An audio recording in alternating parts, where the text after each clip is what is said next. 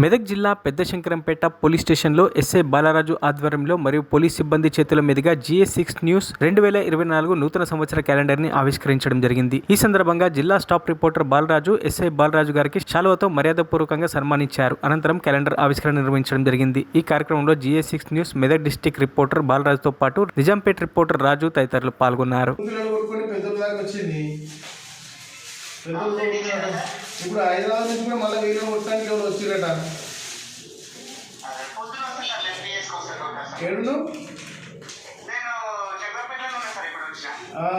ఇంకా అవతల కూడా వీళ్ళని కొట్టడానికి హైదరాబాద్ నుంచి వచ్చిరట. మరి ఏంది ఎంత అది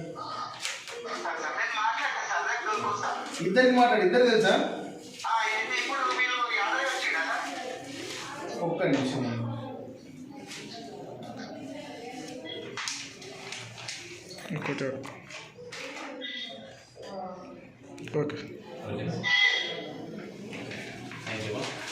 మరిన్ని అప్డేట్స్ కోసం మా ఛానల్ని సబ్స్క్రైబ్ చేయండి.